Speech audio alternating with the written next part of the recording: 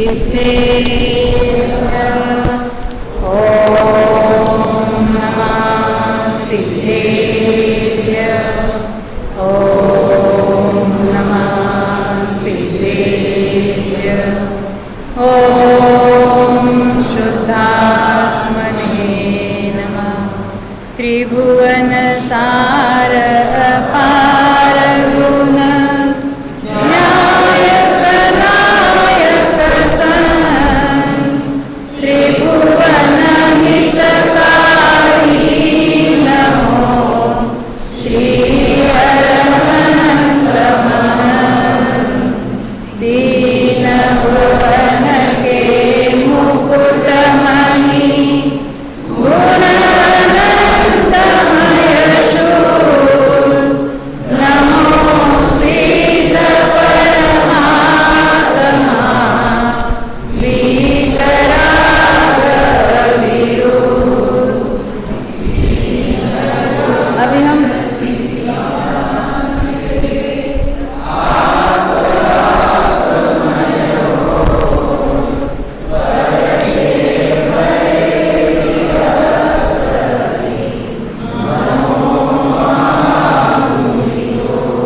अभी जो हमने पढ़ा इसमें तीन भुवन के मुकुटमणि, ये किसके लिए बताया? हाँ हाँ, सिद्धों के लिए। मुकुटमणि क्यों कहा? अभी हमने देखा ये पूरे तीन लोगों के बिल्कुल शिरोमणि, एकदम टॉप पर, लोकाग्र पर जिसको कहते हैं, सिद्ध भगवान विराजमान होते हैं। तो उसकी अभी हमने देखी थी थोड़ी सी झलक, उसके बारे में हम डिटेल में भी बात करेंगे। अभी लोक का स्वरूप हम देखने जा रहे हैं अब यहाँ पर। तो ये लोक में है क्या, उसकी बात हम देख रहे हैं। तो उसमें हमने देखा था कि ऊर्ध्वलोक, मध्यलोक और अधोलोक, ऐसे हम लोक के तीन विभाग हमको समझने के लिए करते हैं। देखो, आकाश के दो भाग नहीं है, एक अखंड आकाश है। जितने भाग में अन्य द्रव्य पाए जाते हैं उसको हम लोकाकाश कहते हैं, और 6 द्रव्यों को मिलकर कहते हैं लोक। है लोक और लोकाकाश में फर्क है ना। लोकाकाश कहने से अकेले आकाश द्रव्य की बात होती है, उसका छोटा सा भाग जिसमें अन्य द्रव्य रहते हैं, और लोक कहने से 6 द्रव्य आते हैं। तो इस लोक की हम यहाँ बातें कर रहे हैं। अब इस लोक में क्या क्या है, तो उसमें तो होते हुए हमने देखा था एक कोई महास्कंद पूरा, तो वो काहे से बना है, ये भी प्रश्न है हमारे पास। और ये सारी जो यहाँ बिल्कुल ही कलरफुल कुछ निकाला है, वो क्या बात है, उसको भी हम देखने जा रहे हैं। अभी हमने 1 घंटा पढ़ा, उसमें 2-3 प्रश्न आए हैं। एक प्रश्न ऐसा आया था कि आपने ये जो लोक का सेंटर कहा, ये 8 प्रदेशी को वो बात बराबर समझ में नहीं आई। तो उसको हम कहते हैं कि समसंख्या की सेंटर अगर निकालना है तो 2 बिंदु कहना पड़ेगा, एक उसको नहीं कह सकते, बराबर। जैसे हमने 10 उंगली पर घटाया था, तो एक लाइन में अगर हमको सेंटर निकालना है तो 2 हो गए। अब ऐसी जो कोई चौकोर वस्तु है और उसके हमको सेंटर निकालना है, तो ऐसा भी सम है तो यहाँ 2 पॉइंट्स, और ऐसा भी सेंटर है तो यहाँ भी 2 पॉइंट्स हो गए, यानी 4 पॉइंट्स हो गए। अब इसको ऐसा देखो, ये उसकी चौड़ाई भी सम प्रमाण में होगी, सम संख्या में, तो वहाँ भी उसके 2-2 और 4 पॉइंट्स निकले, तो ये सब ओर से 4 पॉइंट्स, तो ऐसे 8 प्रदेश हो जाएंगे। तो लोक को आप सम क्यों कहते हो? तो लोक की डायमेंशन कितनी है? तो 14 राजू, वो भी सम संख्या है। 7 में 7 संख्या मत देखना, 7 राजू जिसको कहते हैं जगत श्रेणी, आपने नाम सुना है कभी? इसको कहते हैं उपमामान। उपमामान यानी ऐसी संख्या है जिसको उपमा देके समझाई जाती है, उसको कहते हैं उपमामान। फॉर एग्जाम्पल उसकी कुछ आप नमूने बताओ, तो कहते हैं पल्य। पल्य का नाम तो हमने बहुत सुना है, जिससे हम डरते भी बहुत हैं। इतना बड़ा खड्डा करो, रोमखंडों से भर दो, 100 साल के बाद एक निकालो, तब एक पल्य होगा, ऐसा हमने सुना है ना। तो ये पल्य भी एक उपमा मान, उपमा देकर संख्या समझाई जाती है, उसको उपमा मान कहते हैं। 10 कोड़ा-कोड़ी पल्लों का एक सागर होता है, वो भी उपमामान हुआ। अब जो पल्य नाम की संख्या है, तो पल्य को 1 बार, 2 बार, 3 बार, 4 बार, असंख्यात बार रखो और आपस में गुणा करो। पल्य गुना पल्य गुना पल्य गुना पल्य गुना पल्य गुना पल्य, तो क्या होगा? अंगुल नाम की संख्या आएगी, जिसको हम सूच्यंगुल भी कहते हैं। अंगुल कहने के लिए ये अंगुल इतना होता है, परंतु उसमें प्रदेश कितने होते हैं? अभी जो हमने पल्लों में देखे ना, इतने रोमखंड होते हैं। उस संख्या को आपस में इतनी बार वर्ग वर्ग वर्ग वर्ग वर्ग करो तो अंगुल में प्रदेशों की संख्या आती है, उसको कहते हैं अंगुल।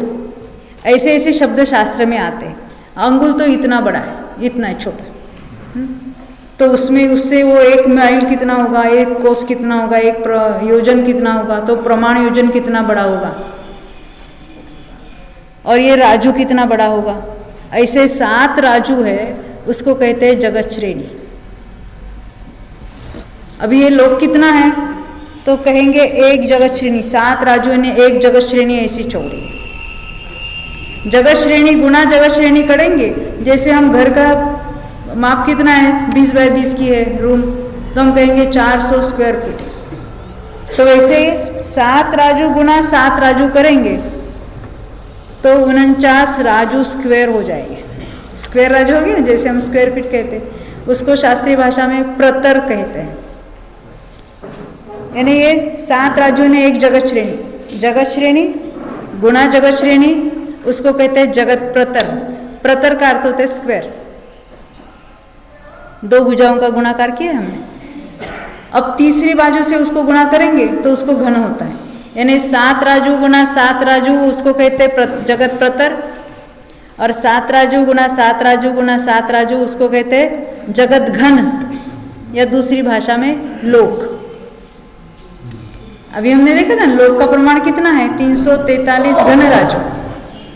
तो उसी को दूसरे शब्द में कहना है जगत श्रेणी गुना जगत श्रेणी गुना जगत श्रेणी। ये शब्द हमें मालूम नहीं होते और हम शास्त्र पढ़ते नहीं समझते तो हम छोड़ देते, इसलिए शब्दों को केवल यहाँ क्या है उसका मीनिंग इतना बतना है। तो ये जगत श्रेणी का माप हुआ। तो ये जो जगत श्रेणी है, ये जो है संख्या, वो सम संख्या आती है, वो वर्ग रूप संख्या है, वो सम संख्या है। वो वर्ग रूप कैसे, वो लंबा चौड़ा है उसका, क्योंकि वर्ग धाराएं जो है, यहाँ एक बार विषय चलाया भी था, तो ये वर्ग धाराएं सम संख्या होती है। तो लोग को किसी भी डायरेक्शन में देखो तो वो सम संख्या आती है प्रदेशों की, इसलिए उसके सेंटर में 2-2 हो गए। तो ऐसे 2, 2 और 2, ऐसे 8 उसके मध्य प्रदेश होते हैं, लोक के मध्य प्रदेश। तो ये पूरे लोक के मध्य प्रदेश कहाँ पाए जाते हैं? हाँ, मेरू पर्वत के तल में। ये यहाँ मेरू पर्वत है, तो रसनाली के बीचों बीच, मध्य लोक के सेंटर में, जम्बूद्वीप के सेंटर में मेरू पर्वत 1 लाख हाइट वाला, वो 1,40,000 योजन है, उसको भी देखेंगे। 1000 योजन नीचे जमीन में उसकी नींव है। तो उसका जो सेंटर, वहाँ का सेंटर है, उसको पूरे लोक का मध्य प्रदेश है। पूरे ही आकाश द्रव्य का जो मध्य प्रदेश 8 है, वही लोक के भी मध्य प्रदेश 8 है। केवली समुद्घात करते हैं केवली, तो उस जीव के भी मध्य प्रदेश उस मध्य प्रदेश पर आ जाते हैं। भले वे केवली कहीं अन्य ठिकाने वो शिखर जी पर जाके विराजमान हो, वहाँ ध्यानस्थ बैठे हो मिराज और केवल ज्ञान प्राप्त करते हैं और बाद में केवल ज्ञानी केवली समुद्घात करते हैं, वो बैठे हैं किसी एक कोने में। परंतु जब पूरे ही लोक में प्रदेश फैलेंगे तो उनके सेंटर के प्रदेश कहाँ जाएंगे? जहाँ लोक के सेंटर का प्रदेश है ना। हाँ, तो ये तो सेंटर की बात हुई, लोकाकाश का सेंटर, उसमें मध्य में 8 प्रदेश है। ये बात आपको समझ में आई अभी, क्योंकि वो थोड़ी बीच में ही छूट गई थी। सम संख्या होने से, 3 डायमेंशन होने से, वो 2 गुना 2 गुना 2 8 मध्य प्रदेश हो जाते हैं। दूसरा एक प्रश्न भी ऐसा था, अभी हमने जो क्षेत्रफल निकाला था, 7 गुना 14 गुना 14 चतुर्थांश। तो आगे कैसा गणित करना? तो नीचे जो छेद में 4 लिया है उसको पहले 2 से भाग दो, बेदूनी 4 नीचे आया और ऊपर बे साथी 14 आया, ऊपर एक 14 को हमने 7 बना दिया, नीचे 2 रहे, उस 2 से दूसरे 14 को भाग दे दो, वहाँ भी 7 आया। तो अभी हमारा 7 गुना 7 गुना 7 343 घन राजू उसका क्षेत्रफल, घनफल जिसको कहते हैं। इसकी पुस्तक की भाषा में घन क्षेत्रफल कहते हैं उसको। ऊर्ध्वलोक का घनफल कितना होता होगा, ऐसा भी निकल प्रश्न होता है ना। तो हमने उसकी हाइट कितनी देखी, 7 राजू, दक्षिणोत्तर 7 राजू। अब यहाँ तो असमान है, तो असमान है, अभी उसको थोड़ा समान करेंगे। हम यहाँ से आधा इमेजिन करेंगे। जहाँ 5 राजू है, कितने हाइट पर है, 3.5 राजू हाइट पर 5 राजू होता है। यहाँ हम इतना क्षेत्रफल इसका ऊपर का निकालेंगे। ऊपर का क्षेत्रफल निकालने के तो वो तो असमान है ना, नीचे बड़ा है ऊपर छोटा है।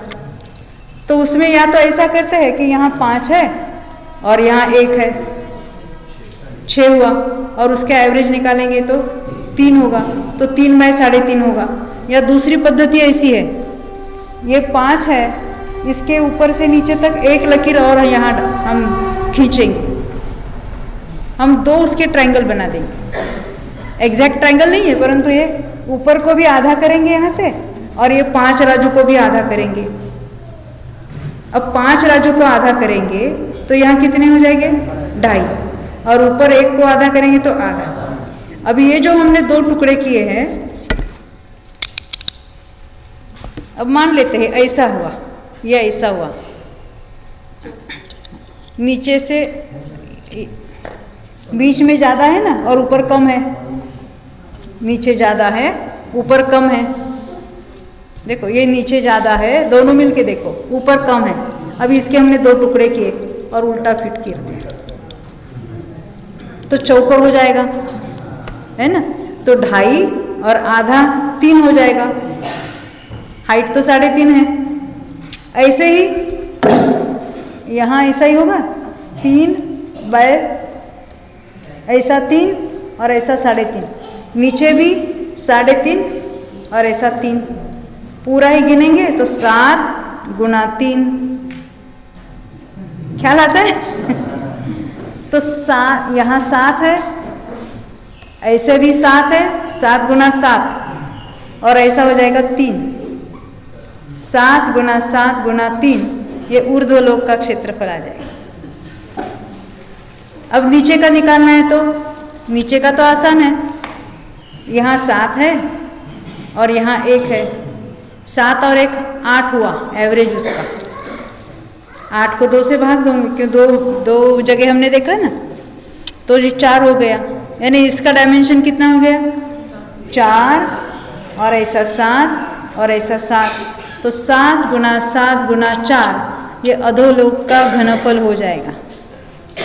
ऊपर का घनफल हमने 7 गुना 7 गुना 3 देखा, और नीचे का 7 गुना 7 गुना 4 देखा। ऊपर का और नीचे का दोनों को एक साथ कहना है तो 7 गुना 7 गुना 7 देखा। ये एक साथ को ऊपर 3 और नीचे 4 लिया ना, तो नीचे का घनफल ज़्यादा है, ऊपर का कम है। अब मध्यलोक कितना है, 1 राजू ऐसा है और 7 राजू अंदर फैला हुआ है। उसका घनफल निकालना है तो 1,40,000 योजन है, तो 1 राजू गुना 7 राजू गुना 1,40,000। अब समझने के लिए हम 1,00,000 कहेंगे, तो ये उसका तिर्यक जिसको कहते हैं, तिर्यक लोग भी कहते हैं, तिर्यक यानी आड़ा। मध्यलोक, मध्यलोक कहो या तिर्यक लोक कहो, दोनों भी शब्द शास्त्र में आते हैं। उसका अर्थ है कि उसका अगर घनफल निकालना है 1 राजू गुना 7 राजू और गुना 1,00,000, उसमें वो 40 योजन एक्स्ट्रा है, उसको भी ले लेना उसके साथ। ये इतनी बात ख्याल में, ये उसका क्षेत्रफल कितना है उसको हम निकाल सकते हैं। अब यहाँ हमको देखने, ये जो 7 पृथ्वियाँ है, ये पूरे लोक में पृथ्वियाँ कितनी है, 8 है। हाँ, तो अधोलोक में तो 7 पृथ्वियाँ हैं और ऊर्ध्वलोक में यहाँ 1 पृथ्वी है। अब पृथ्वी कहते ही हमारे पास वो पृथ्वी का गोल आता है ऐसा, जो हम भूगोल में सीखे हैं। पृथ्वी किसे कहना, इसकी परिभाषा क्या है कि जो लोक से एक छेड़े से दूसरे छेड़े तक, एक अंत से दूसरे अंत तक जो फैली है, उसको पृथ्वी कहते हैं। जैसे अभी ये हमने लोकाकाश ये 3 डायमेंशनल यहाँ दिखाया, तो पूर्व से पश्चिम के ओर तक फैले, पूरे एक एंड से दूसरे एंड तक, बीच में कोई जगह नहीं छोड़ी, यहाँ से यहाँ तक पूरी फैली है, उसको हम पृथ्वी कहेंगे। फिर यहाँ से दक्षिण से लेकर उत्तर तक पूरी फैली है, उसको पृथ्वी कहेंगे। यानी पृथ्वी कैसे है, कोई भी पृथ्वी देखो तो लोकाकाश के सभी ओर वो अंत तक फैली हुई, अंत में बात वाला है उसको छोड़ो, परंतु वहाँ तक जो फैली हुई है उसको कहते हैं पृथ्वी। तो ये जहाँ हम रहते हैं वो पृथ्वी, ये यहाँ बीच में 1 राजू चौड़ी है और दक्षिणोत्तर 7 राजू है, इतनी बड़ी है। लोकाकाश के सभी अंतों को वो छू रही है, इसको कहते हैं पृथ्वी। इस पृथ्वी के ऊपर हम रहते हैं और उस पृथ्वी की ये जो मोटाई दिखाई, ये 3 भाग दिखाई यहाँ पर। इस पृथ्वी की मोटाई में क्या क्या है वो अभी देखेंगे हम, उसके भी 3 भाग है यहाँ पर। भवनवासी भी रहते हैं, उसमें असुर कुमार भी रहते हैं और नारकियों के बिल भी पाए जाते हैं। ऐसी ये पृथ्वियाँ कितनी हैं, तो पहली पृथ्वी, दूसरी पृथ्वी, तीसरी पृथ्वी, ऐसे 7 पृथ्वियाँ तो नीचे हैं, 8वीं पृथ्वी यहाँ पर ऊपर है एकदम, जिसका नाम है ईशत प्रागभार। और इसके बीचों बीच में सिद्धशिला है, वो पृथ्वी का ही भाग है। ये जो सिद्धशिला और बिल्कुल ऐसी छोटी सी, यहाँ तो हम दिखेगी नहीं क्योंकि 1 राजू कितना बड़ा है और उसमें 45 लाख योजन कितना छोटा है। और 45 लाख योजन में भी इसकी मोटाई हम क्रम से देखेंगे प्रत्येक पृथ्वी की। देखो ये जो पहली पृथ्वी है, यहाँ पर पहली पृथ्वी 1 राजू ऐसी चौड़ी है, पूर्व पश्चिम 1 राजू है, और ये उसकी जो मोटाई है वो कितनी है, 1,80,000 योजन वो मोटाई है उसकी। पहली पृथ्वी की मोटाई, जिसको रत्न प्रभा पृथ्वी कहते हैं। देखो इसके नाम हम देखेंगे, इसका नाम है, पहली पृथ्वी का नाम है रत्न प्रभा।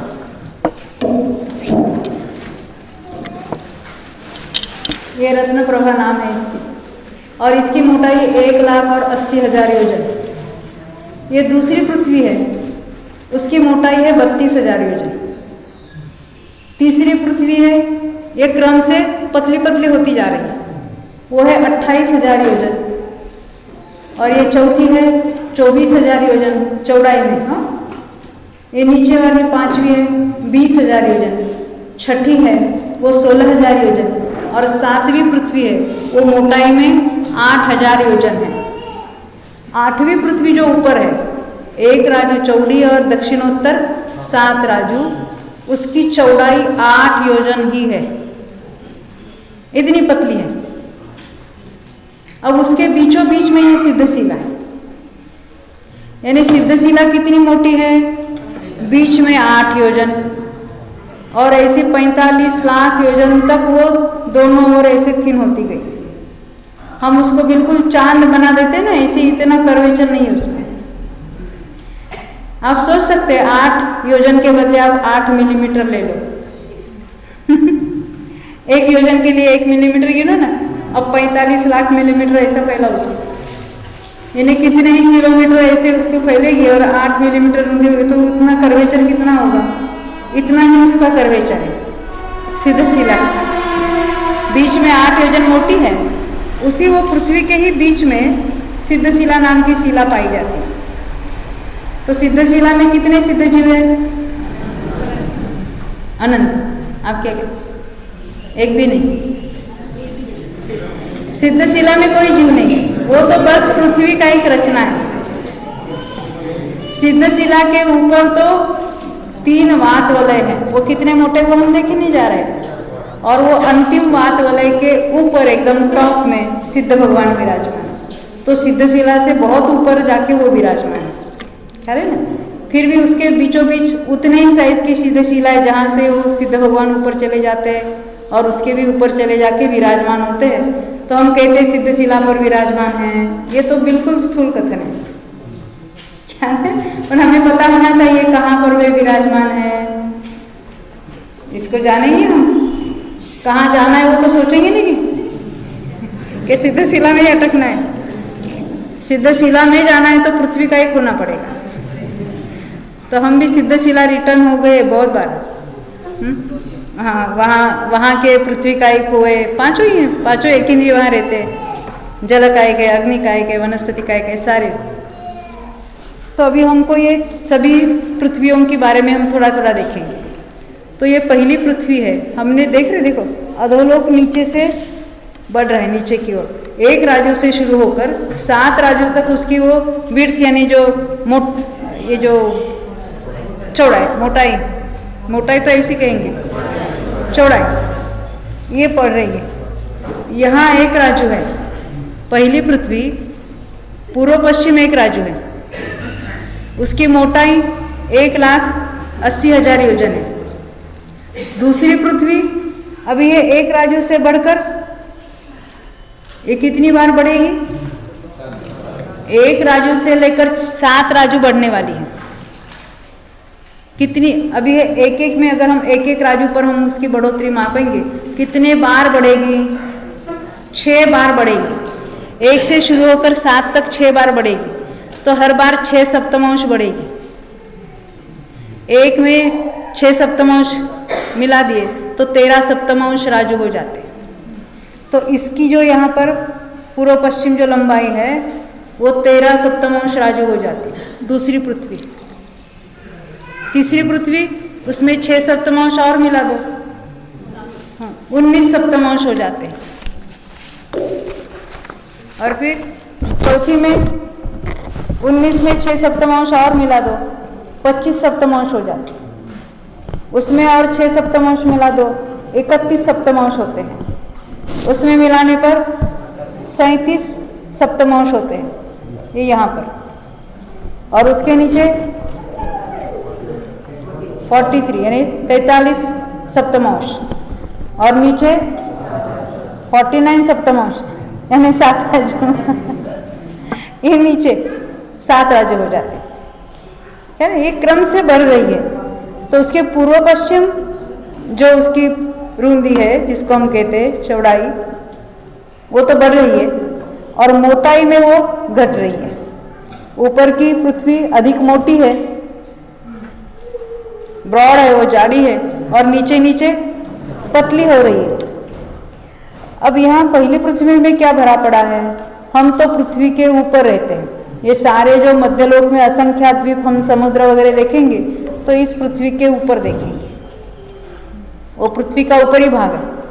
अब इसमें 3 भाग हो गए, पहले पृथ्वी के 3 भाग हो, आपने शास्त्र में पढ़ा भी होगा।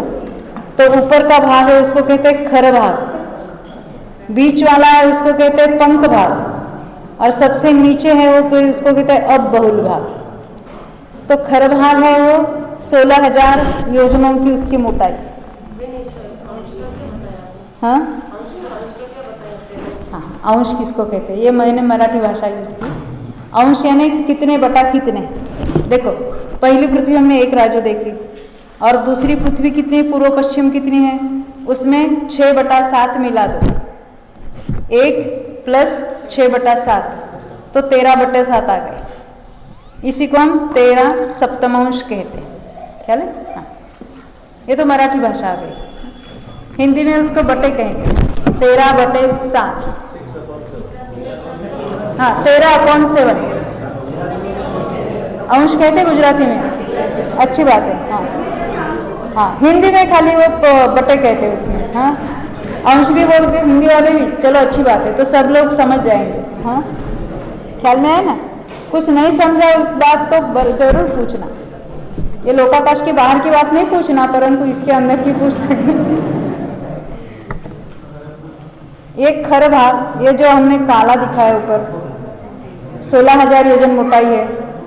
पंख भाग जो 84,000 योजन उसकी मोटाई है, और नीचे का जो 80,000 योजन मोटाई है उसको कहते हैं अब बहुल भाग। ये पहली अब बहुल भाग, डबल ब, अब बहुल भाग। आपके पास नक्शे आ जाएंगे शाम को, तो उसमें ये लिखा है, उसमें लिखा नहीं। हाँ, दूसरे में लिखा है, आगे आगे आगे आएगा। तो ये पहले पृथ्वी की मोटाई हमने देखी। तो उसमें जो खर भाग है उसमें भी और 16 लेयर्स होते हैं अलग अलग। उसके डिटेल में अभी हमको नहीं जाना है। जैसे इसके नाम क्या है? तो ये पूरी पृथ्वी को कहते हैं रत्न प्रभा पृथ्वी। दूसरी का नाम है शर्करा प्रभा। ये रत्न प्रभा पूरी, ये दूसरी जो है उसका नाम है शर्करा प्रभा। उसके दूसरे भी नाम हैं, वो बाद में देखेंगे। तीसरी पृथ्वी है, उसका नाम है वालुका प्रभा। चौथी पृथ्वी है, उसका नाम है पंख प्रभा। पांचवी पृथ्वी का नाम है धूम प्रभा। छठी का नाम है तम प्रभा और सातवीं का नाम है महातम प्रभा। इन्हीं 7 पृथ्वियों के दूसरे भी नाम हैं। तो पहली का नाम है धर्मा, दूसरी है वंशा, तीसरी है मेघा, चौथी है अंजना, पांचवी है अरिष्टा, छठी है, ये छठी है, हाँ छठी है मघवी और सातवीं है माघवी।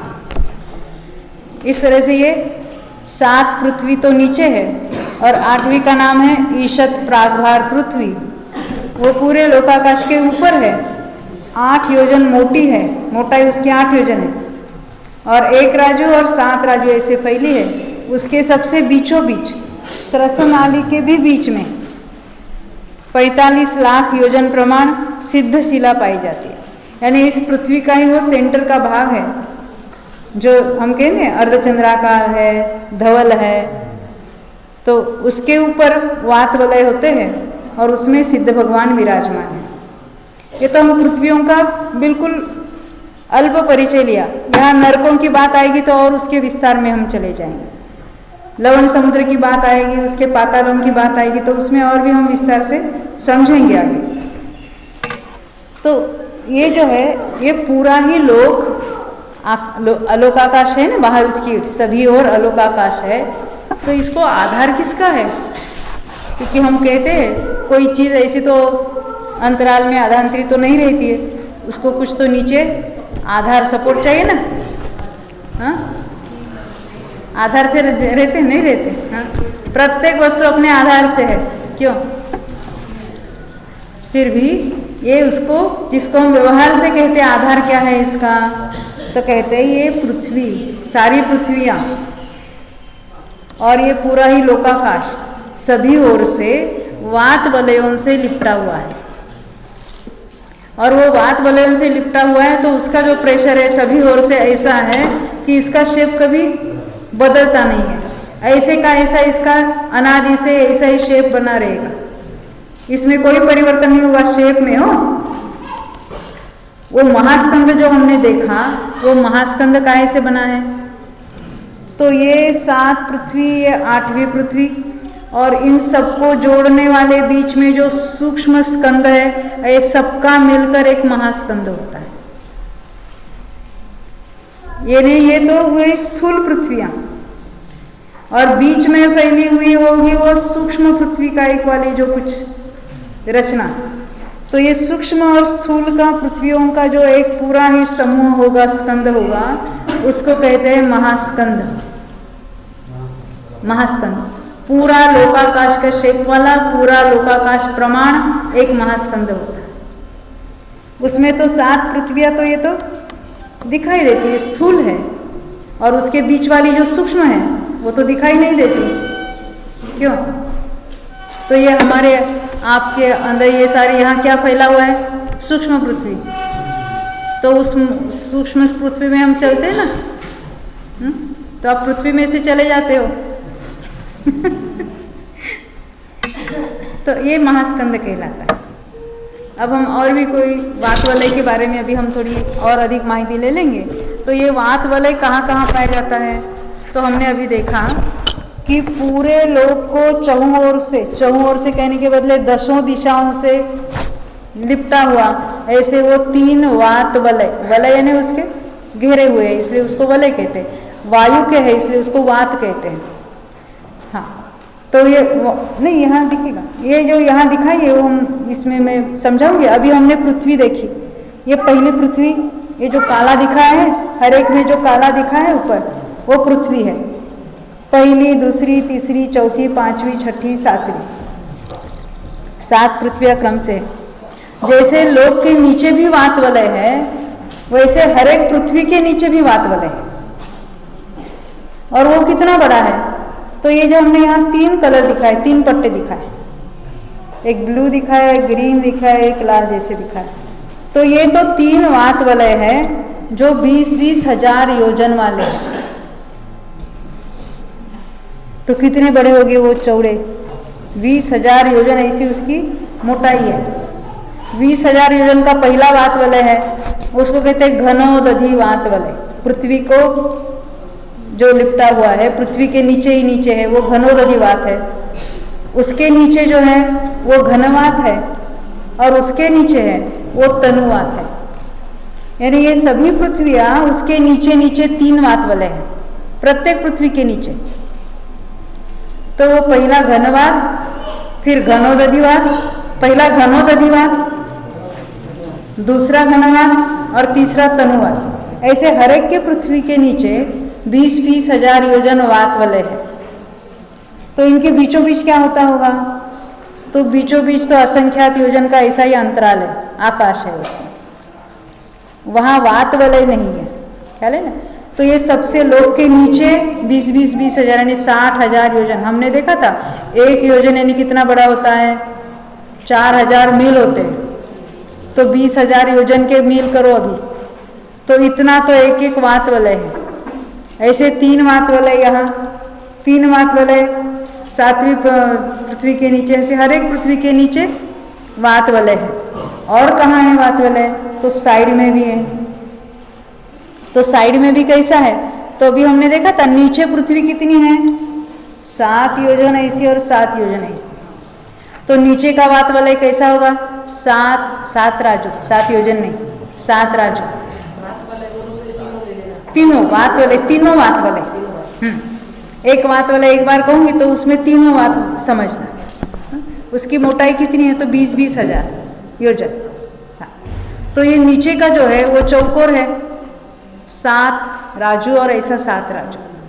तो ये 7 राजू और 7 राजू ऐसा भी, जैसे ये है इसके नीचे ये वात वाले मान लेते हैं, ऐसा 7 राजू और ऐसा भी 7 राजू। आप जरा मानना, इसको इमेजिन करना, कल्पना करना।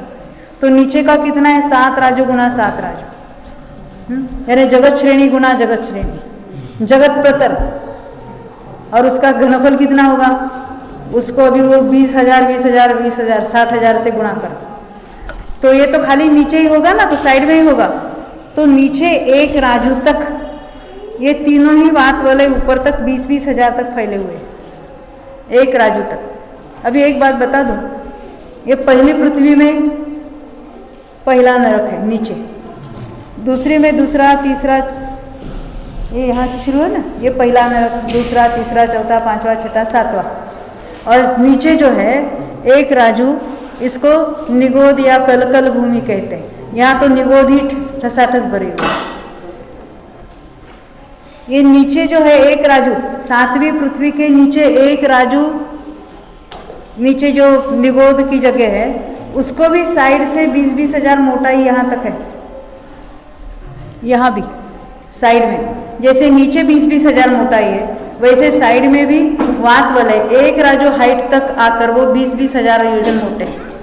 वो एक साथ यहाँ घट जाते हैं, और घटकर अभी यहाँ से यहाँ तक ये साइड से जो वात वलय है वो कैसे 7 योजन, 5 योजन और 4 योजन इतने मोटे रह जाते हैं। अभी 20-20 हजार मोटे नहीं। लोकाकाश के चौं ओर से ऊपर तक चलिए ना, अब यहाँ से घटते घटते यहाँ 5, 4 और 3 योजन रह जाते हैं।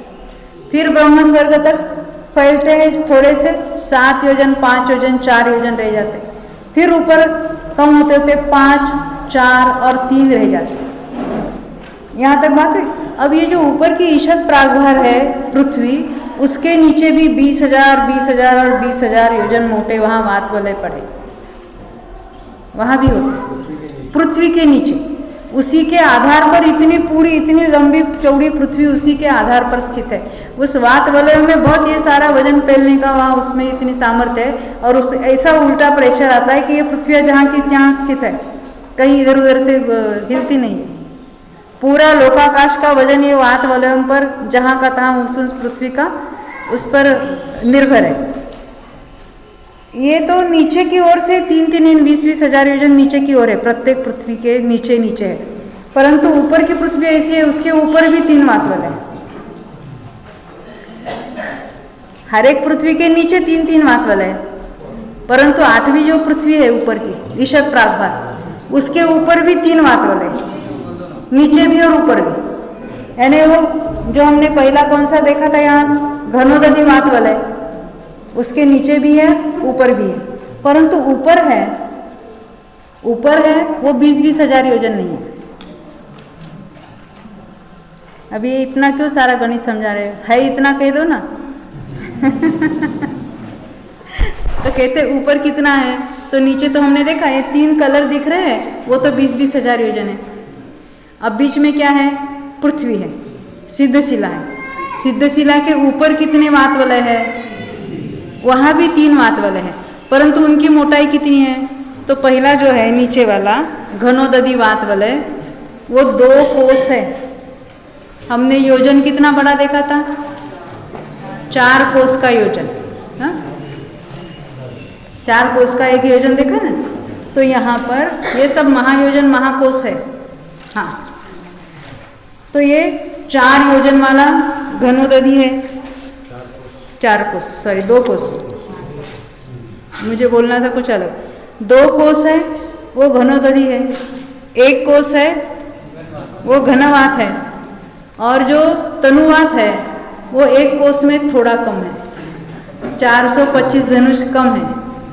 यानी कितना है, 1575 धनुष है, 2000 धनुष का 1 कोस होता है, तो उसमें इतने कम है। परंतु ये कैसे है, ये महाप्रमाण है। और सिद्ध भगवान की कोई अधिक से अधिक अवगाहना कितनी होती मालूम,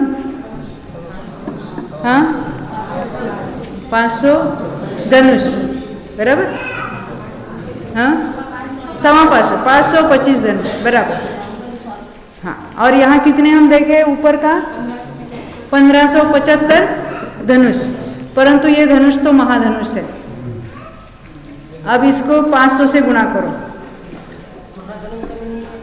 महायोजन जैसे कहते हैं, तो उसको 500 से गुणा करना। देखो आपका प्रश्न है महा क्यों कहा आपने, जैसे अंगुल जो है ना, माप, एक अंगुल का माप होता है। अंगुल हमने देखा था ना, चौड़ाई, अपने उंगली की चौड़ाई उसको कहते हैं, ये तर्जनी जिसको उसकी चौड़ाई उसको अंगुल कहते हैं। तो उसमें अभी अभी हमने देखा था असंख्यात असंख्यात प्रदेश होते हैं, परंतु उस अंगुल के भी 3 प्रकार के अंगुल पाए जाते हैं।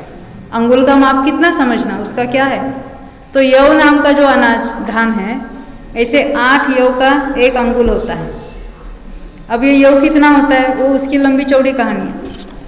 ये अनंत अनंत परमाणुओं का, और त्रटरेणु, रसरेणु, फिर बहुभूमि का भाल, मध्यम बहुभूमि का भाल, ऐसे ऐसे हमने देखे ना।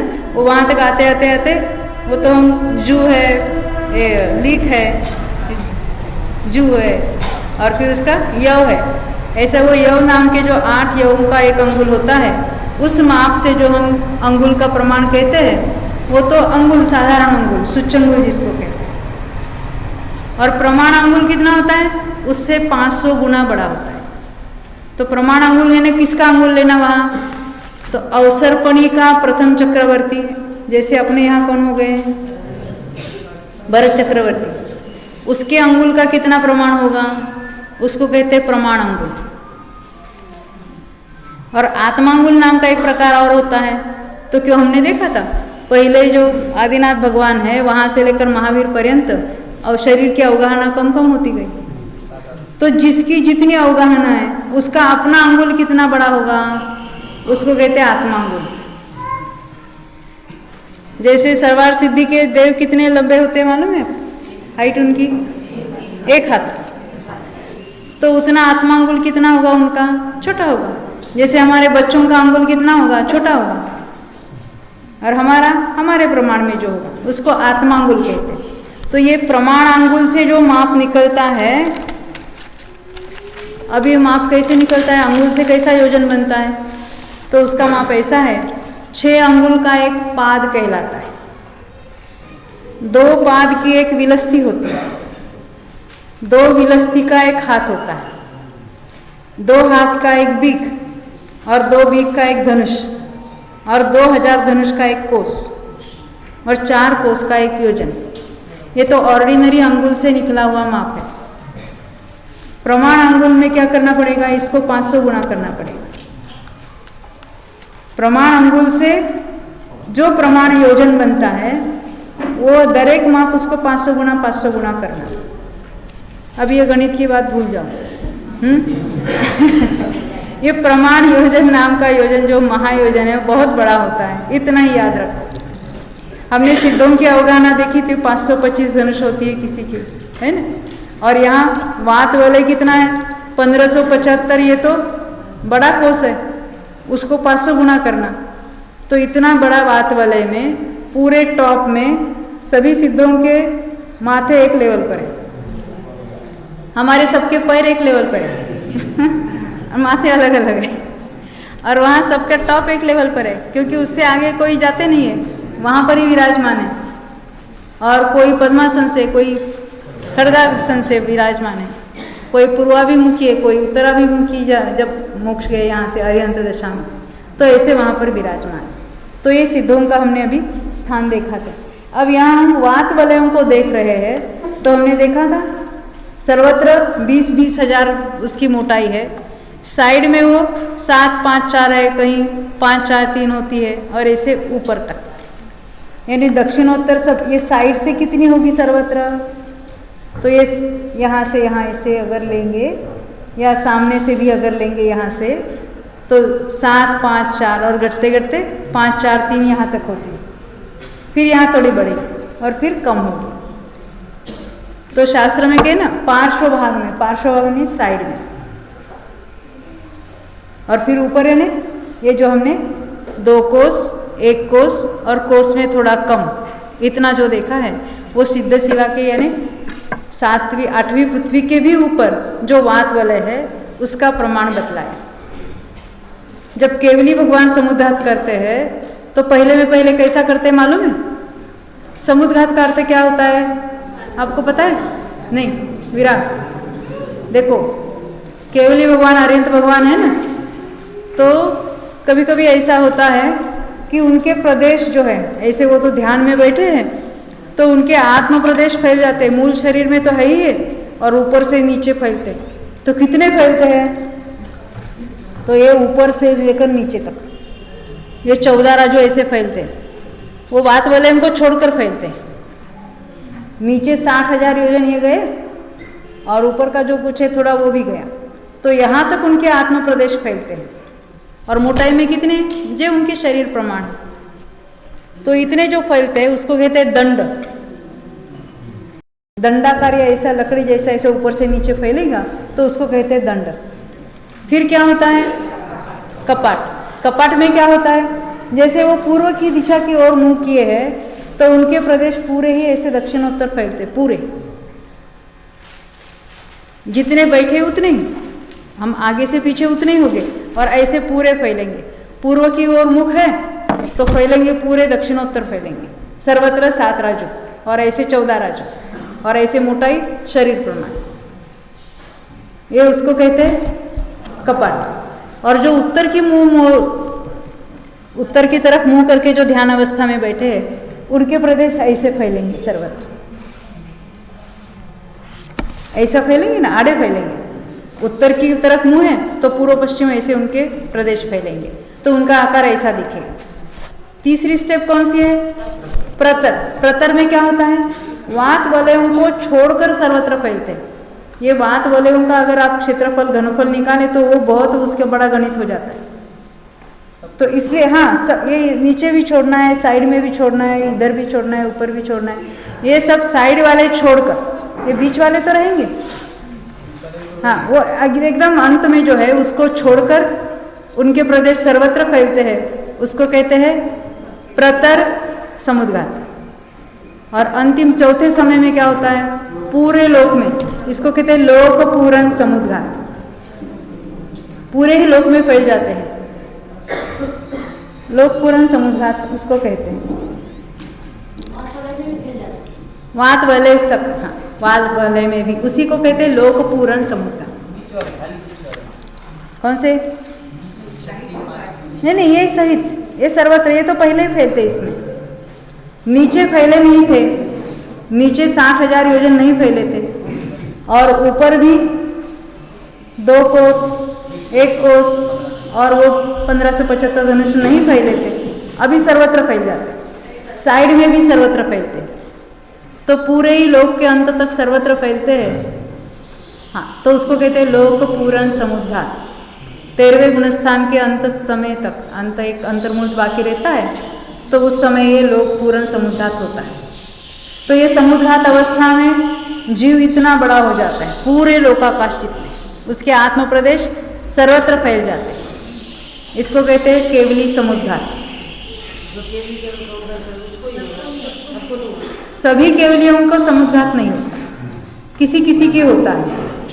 जैसे आयु कर्म और नाम कर्म में जो स्थिति में वेरिएशन है, आयु कर्म तो एक समय में एक एक निषेक खिरता है, और अन्य कर्मों की स्थिति थोड़ी लंबी है, तो ये पूरे प्रदेश फैल जाते हैं और उसके वो तीनों इक्वल हो जाते हैं स्थिति सबकी, चारों की, तो इसलिए उसको कहते हैं केवली समुद्र। अब ये सब बात समझ में आई? वात बलय का तो इतना ही हम प्रकरण करें, उसका हम क्षेत्रफल घनफल कुछ नहीं निकालना है। हाँ ये केवल इतने ही, ये सारे ही उसके पूरा लोकाकाशित वात बलयों के आधार से है।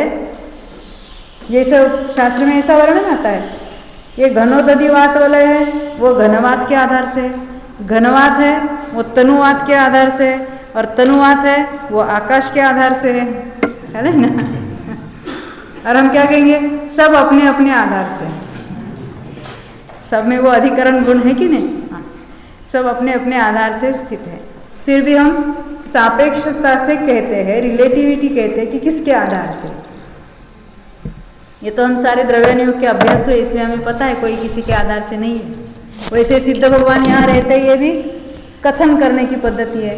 प्रत्येक सिद्ध भगवान और हम सब प्रत्येक अपने आप में ही रहते हैं, परंतु पर क्षेत्र की अपेक्षा जो इसका वर्णन करना है, मोक्ष के नाम का कोई ठिकाना नहीं कि जहाँ हमको गमन करके जाना है, विमान में जाना है कि रेल में जाना है, ऐसी कोई बात है ही नहीं।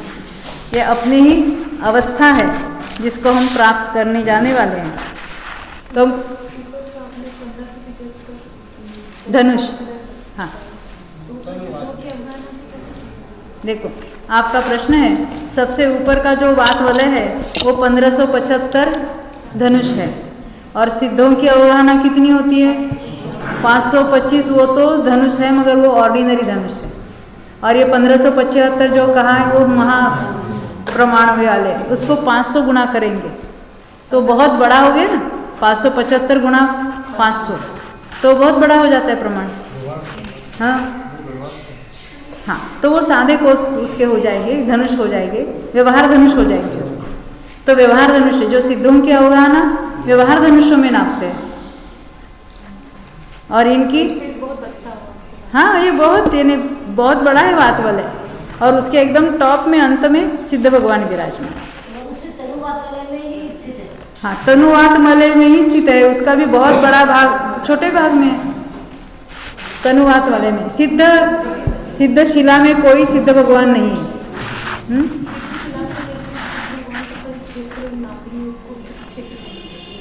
नहीं, देखो सिद्ध शिला को भी सिद्ध क्षेत्र कहते हैं, परंतु सच में सिद्ध भगवान कहाँ विराजमान है? सिद्ध शिला के ऊपर 3 वात वलय है, उसमें अंतिम तनुवात वलय में उसके भी अंत की ओर ख्याल है ना, 525 धनुष में, वो भी बड़ी अवगाहना वाले, और छोटी अवगाहना वाले हो गए 3.5 हाथ वाले, तो वो तो और भी उसके उतनी ही भाग में विराजमान है। पूरा लोकाकाश कितना बड़ा है, एक एक वात वाले कितना बड़ा है, ये तो हमारे ख्याल में आवे ना। ये सारी बातें किसने जानी है? सर्वज्ञ भगवान ने, केवली नहीं जानी। तो केवली की थोड़ी महत्ता तो आवे। हम तो केवली की महत्ता ही नहीं, केवल ज्ञान क्या होता है पता ही नहीं हमको, ख्याल है ना, क्योंकि हम तो अपने ज्ञान के आधार से उसको नापते हैं। जैसे हम बच्चों को ले जाते हैं चौपाटी पर, क्या करते हैं, एक छोटी सी बकेट देते हैं उसको, मापो ये समुद्र का जल मापो। तो कैसा होगा? तो ऐसे हमारी बुद्धि इतनी अल्प है, परंतु अल्प बुद्धि होते हुए भी सर्वज्ञ ने बताई हुई बातें हमको आगम के द्वारा पूरी उपलब्ध है। जितना उन्होंने जाना उतना हमको बता दिया, और उसको देखकर हम भी जानते हैं, तो हम यहाँ कुछ नहीं करते हुए पूरा लोकाकाश को जान रहे कि नहीं जान रहे, कहाँ पृथ्वी है, कहाँ क्या स्थित है, कहाँ जिन मंदिर है, वो सारा हम देखने जा रहे हैं, कितने जिन मंदिर कहाँ कहाँ है। और सबको यहाँ बैठे बैठे नमस्कार करने वाले हैं, यहाँ बैठे बैठे यात्रा होने वाली है सारी।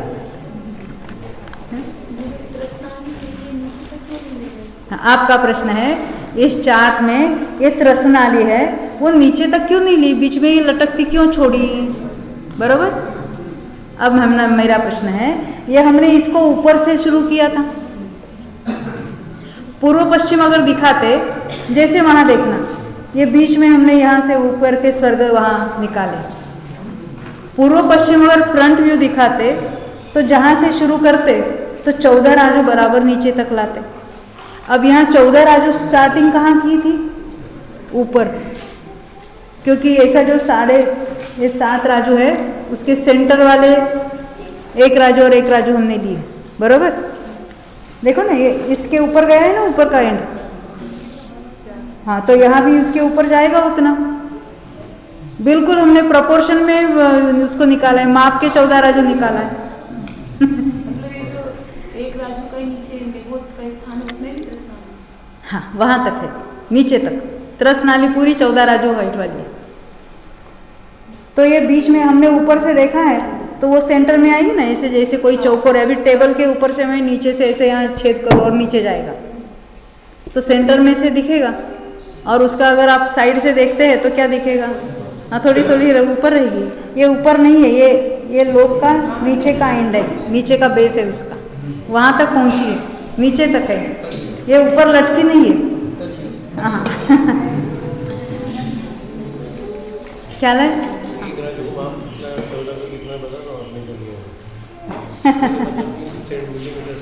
ये 56 मिलीमीटर होगा मेरे ख्याल से। एक राजू चौक 56, 4 सेंटीमीटर में एक राजू निकाला है, तो ये 4 सेंटीमीटर, ऐसा 4 सेंटीमीटर, ऐसा 56 सेंटीमीटर निकाला है गिन के, ये 14 राजू ही है। राजू का मेजरमेंट राजू का मेजरमेंट में देखना, ये असंख्यात योजन होते हैं राजू में। अभी वो राजू का मेजरमेंट अगर समझाना, एग्जैक्ट फिगर अगर आपको समझनी है तो थोड़ा सा ये कठिन सा होगा, मगर मैं थोड़ा बताने की कोशिश करूँगी आपको, ये राजू क्या होता है, उसके मेजरमेंट क्या होते हैं।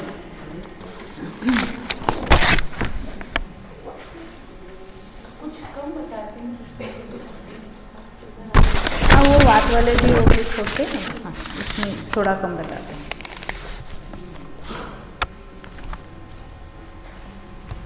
देखो, अभी हमने जो पल्ले की बात की थी, पल्ले की संख्या देखी ना हमने, पल्ले ने वो महायोजन वाला 1 योजन चौड़ा और उतना ही ऊंडा ऐसा एक खड्डा करना, गर्त, इमेजिनेशन में, कहीं करने जाना नहीं खड्डा गुड्डा, हाँ। और इतना बड़ा कहाँ भूमि हमको मिलेगी 1 योजन जितनी, हाँ? 1 योजन यानी कितना, 4000 मील, 4 को 60,000 मील हो जाएगी, है ना। तो इतना बड़ा खड्डा करके वो उत्तम भोग भूमि वाले जो, हाँ, न्यू बॉर्न मेंढे हैं, ये 7 दिन के अंदर जन्मे हुए, और उनके जो बाल के अग्रभाग जिसका दूसरा टुकड़ा ना हो जाए, तो उत्तम भोग भूमि वालों को ही क्यों तकलीफ देना, हमारे नहीं चलेंगे। तो हमारे बाल तो उनसे 4096 गुना मोटे हैं, और इतना छोटा एंड उसका, और अग्रभाग लेना, जैसे शैम्पू के एडवर्टाइजमेंट में देखते हैं, और नीचे बाल बड़ा है और आगे छोटा होता है, अग्रभाग की जिसका दूसरा टुकड़ा नहीं, ऐसे उसको कहते हैं रोम खंड, रोम यानी बाल, उससे ठसाठस भर देना वो पूरा खड्डा, 100 साल के बाद उसमें से एक रोम खंड निकालना। जब वो सारी खाली हो जाएगी जगह, तब उसमें जितने रोमों की संख्या है, जितने कुछ टाइम लगेगा उसको, तो उसको हम कहेंगे एक पल्ले, वो भी व्यवहार पल्ले कहाएगा। अब उस एक रोमखंड में जितने रोमखंड आए हैं, जितने समय निकाले ना हमने, उस हरेक को असंख्यात करोड़ वर्षों के जितने समय हैं, देखो 1 सेकंड में सैकड़ों आवली होती है, सेकंड में, और एक आवली में जघन्य युक्ता संख्यात समय होते हैं, यानी असंख्यात समय होते हैं। तो 1 मिनट में कितने, 1 साल में कितने, 1 वर्ष में कितने, अभी 1 पल्ले में कितने होंगे, असंख्यात करोड़ वर्षों में कितने होंगे, उससे उसको मल्टीप्लाई करेंगे तो वहाँ वो उद्धार पल्ले का प्रमाण आएगा। उसको फिर असंख्यात वर्षों के समय से गुणा करेंगे तो अद्धा पल्यों का प्रमाण आएगा। ऐसा जो अद्धा पल्य, अब उस अद्धा पल्य कितना पहला हिसाब किया वो भूल जाओ, पल्य नाम का कोई बड़ा प्रमाण है। अब जो पल्य का प्रमाण है उसको 1 बार रखो, 2 बार रखो, 3 बार रखो, 4 बार रखो, 5 बार रखो, कितने बार रखो, असंख्यात बार रखो और हर एक का आपस में गुणा कर दो।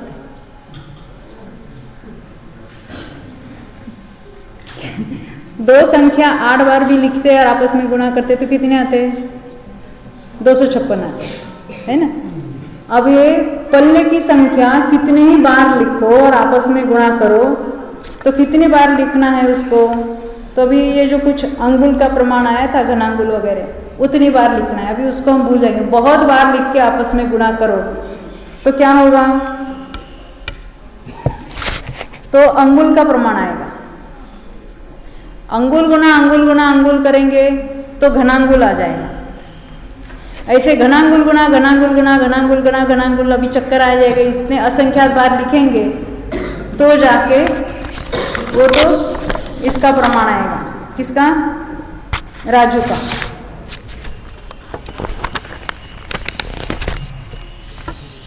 तो इसको कहते हैं ये इतना राजू। आपको प्रश्न था ना राजू कितना बड़ा है, तो उसको हम अपनी व्यवहार भाषा में उसका इमेजिन नहीं कर सकते। ये बहुत बड़ा प्रमाण है, इतना ही हम याद रखेंगे क्योंकि हमने प्रॉमिस किया है सबको हम गणित नहीं सिखाएंगे क्योंकि ये बातें क्या होती है, इमेजिन कर नहीं सकते हैं और फिर वो बहुत टीडियस हो जाती है, तो उसमें अरुचि हो जाती है। हम तो यहाँ भूगोल पर ये प्रश्न उठना स्वाभाविक है क्योंकि राजू राजू राजू तो माप आता है शास्त्र में बहुत बार, फिर भी उसका एग्जैक्ट हमें पता नहीं चलता है। फिर भी हम अभी तो उसको राजू ही कहेंगे, उसके डिटेल में नहीं जाएंगे। और बहुत जिसको विस्तार की रुचि है, अच्छी बात है वो, तो शास्त्र में हम आपको दिखा देंगे कहाँ क्या बात लिखी है और आप जरूर उसमें से पढ़ना। जिसको अधिक रुचि है वो उसमें से जरूर जानने की कोशिश करना। अभी बाकी बात हम शाम को करेंगे। बोलो जुगमंदिर भगवान की।